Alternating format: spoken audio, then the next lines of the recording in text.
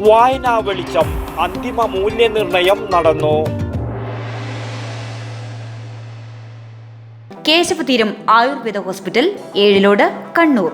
മികച്ച ചികിത്സ ഉറപ്പുവരുത്തുന്ന സ്പെഷ്യാലിറ്റി വിഭാഗങ്ങൾ, വിദഗ്ധ ഡോക്ടർമാരുടെ സേവനം. കേശവതീരം ആയുർവേദ ഹോസ്പിറ്റൽ, ഏഴിലോട്, കണ്ണൂർ.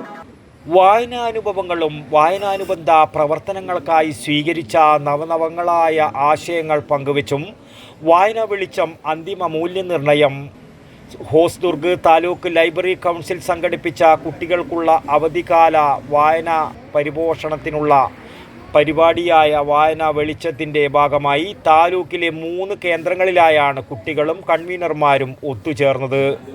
താലൂക്കിലെ 235 ഗ്രന്ഥശാലകളിലായി നടന്ന കുരുന്നുകളുടെ വായനാ പദ്ധതിയിൽ ഏറ്റവും മുന്നിലെത്തിയ തിരഞ്ഞെടുക്കപ്പെട്ട 30 ഗ്രന്ഥശാലകളാണ് അന്തിമ മൂല്യനിർണയത്തിനായി എത്തിച്ചേർന്നത്. മാണിയാട്ട് വിജ്ഞാനദായിനി ഗ്രന്ഥാലയം, കോട്ടപ്പുറം വെളിച്ചം വായന ഇടം, അമ്പങ്ങാട്ട് ആയുർ യോഗ എന്നിവിടങ്ങളിലായിരുന്നു അന്തിമ മൂല്യനിർണയം ക്യാമ്പ് സംഘടിപ്പിച്ചത്.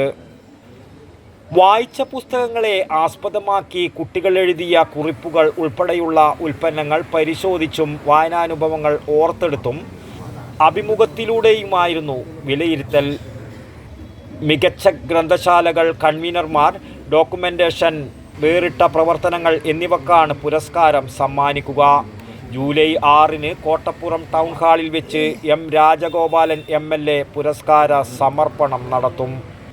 അക്കാദമിക് സമിതി chairman doctor KV Sajeevan, taluk library council secretary P Venugopalan, president Sunil Pattena, M Madhusudanan, Fareena Kottappuram, Bindu Marangad, Suneesh Kakkatti എന്നിവരായിരുന്നു മൂല്യനിർണയ സമിതി അംഗങ്ങൾ.